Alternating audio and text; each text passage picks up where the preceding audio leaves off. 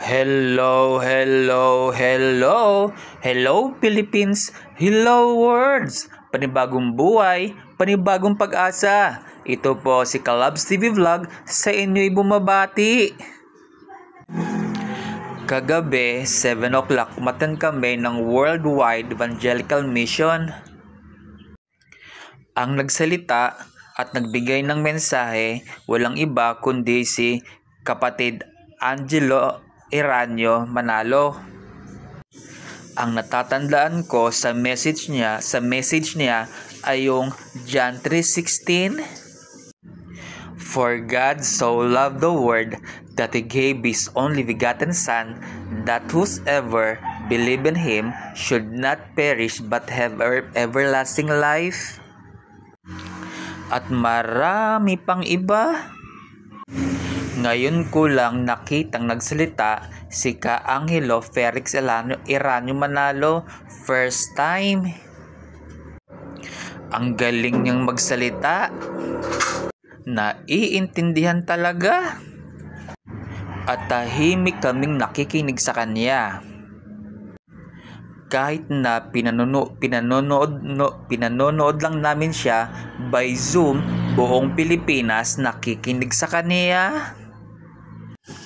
Buong lokal sa Pilipinas ay nakikinig sa kanya.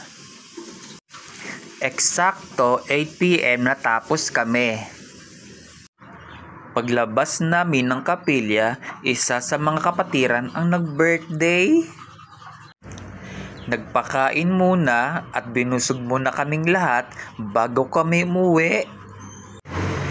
Bago tayo magpaalam, sharing muna tayo mga kalabs. Hindi ko hawak ang aking buhay at kinabukasan. Ngunit hawak ko ang pangako ng Diyos na nagbigay sa akin ng kaligtasan. Nasasaktan ka? Huwag kang sumuko. Laging may layunin ang Ama kung bakit mo ito nararamdaman. Yung pagsubok, di yan itinuturing na kamalasan sa buhay. Para sa katatagan yan. Harapin mo ito sa positibong paraan. Basta't kasama mo ang Diyos, lahat ng hirap na pinagdadaanan mo, napagtatagumpayan mo ng hindi mo namamalayan. Ang tunay na Iglesia ni Kristo ay matatag. Sumusunod sa kalooban ng Diyos sa lahat ng panahon. Pagtupi ng luha, huwag mong kalimutang itupi ang tuhod upang siya ay pasalamatan. Kaya magpasalamat tayo kay Ama. Dadamayan ka ng Ama sa mga panahong hirap na hirap ka na't di mo na kaya. Basta huwag mong pababayaan ang pagsamba. Batid ni Ama kung ang pinagdadaanan natin ngayon, kaya huwag kang mababalisa o ni malulungkot. Nabigo ka lang, sumuko ka na. Nadapa ka lang, tumigil ka na.